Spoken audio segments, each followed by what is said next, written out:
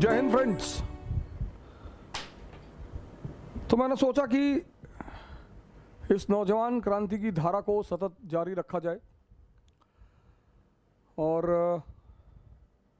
देश संकट में है, हम सब परेशान हैं। दो तीन बातें मैं आपसे चर्चा करूंगा आज। आप अपने विचार रखने के लिए स्वतंत्र रहे हैं और रहेंगे। आप दो तीन चीज़ों के लिए हमेशा स्वतंत्र हैं, एक अपने विचार रखने के लिए, एक गाली देने के लिए।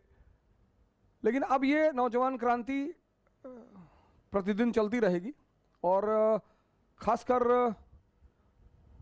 जब तक स्थिति थोड़ा नियंत्रण में नहीं आ जाती तब तक इस धारा को जारी रखा जाएगा। पहली चीज इस कोरोना पे थोड़ी सी चर्चा हो जाए। खतरा पैदा किया इसने, लोगों की जानें ली, बहुत क्षति पहुंचाई इसने, बहुत क्षति पहुंचाई। बहुत परेशान है लोग, बहुत आक्रोश में है लोग, बहुत दुखी हैं लोग।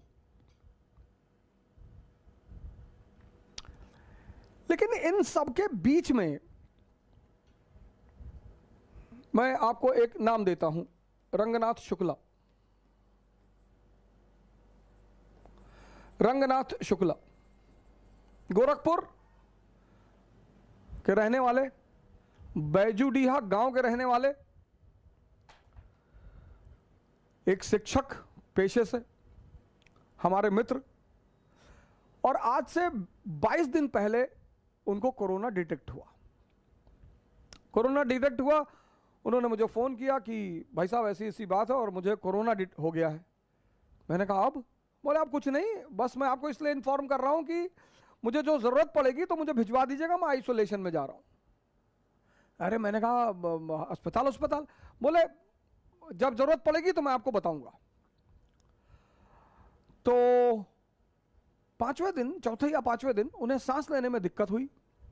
योगी आदमी हैं, ध्यान योग करते हैं और योग की सारी अच्छी कलाओं को जानते हैं। प्रोनिंग किया उन्होंने। उनके साथ एक व्यक्ति आया रहने के लिए। मित्रता भी एक बहुत बड़ी चीज है इस दौर में, जब कोई किसी के पास नहीं आता। उनके साथ दो बच्चे रहते थे, वो बेचारे चले गए डर के मारे कि कहीं इनको हुआ है हमको ना हो जाए। खैर उनका डर स्वाभाविक था, जिस तरह से ये भय चारों तरफ फैला हुआ है तो डर स्वाभाविक है, सबको डर है, हमको डर है। लेकिन एक व्यक्ति आया उनकी सेवा करने के लिए। मैं उस व्यक्ति से बड़ा प्रभावित हुआ सर। 12 दिन वो व्यक्ति उनके साथ रहा। मुझे नाम तो पूछना नहीं, मैंने उनसे पूछा नहीं। लेकिन फिर अभी 5-6 दिन पहले उसके नाना की डेथ हो गई तो वो बंदा गया, लेकिन स्वस्थ करके गया। स्टीम लेते रहे, लगातार स्टीम लेते रहे, स्टीम गार्गल करते रहे।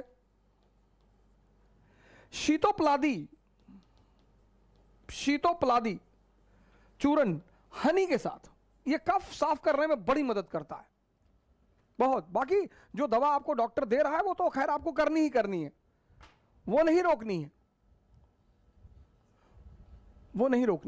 वो जो दवा आपको डॉक्टर दे रहा है, जो जिस डॉक्टर से आप कंसल्ट कर रहे हैं, पर प्रॉब्लम ज्यादा बढ़ जा रही है तो आपको हॉस्पिटल जाना पड़ेगा, आप बिल्कुल जाइए। ये एक नाम मैं आपको बता रहा हूं, एक नीलोफर सुहेला बानो। दूसरा नाम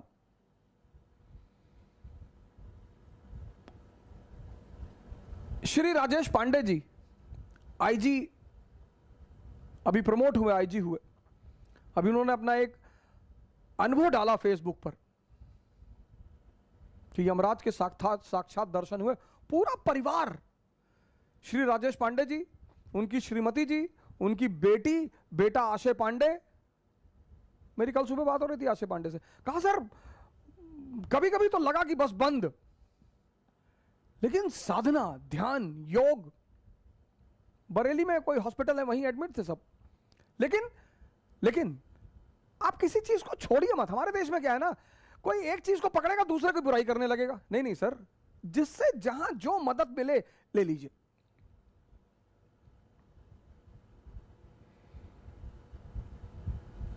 सर बचाइए। पिछली नौजवान क्रांति में मैं आपसे यही कह रहा था चिल्ला चिल्ला कर कि जिस दिन ये बीमारी आम हुई और गांव में घुसी तो देश कोलैप्स करेगा, और हम उसी चरण से गुजर रहे हैं।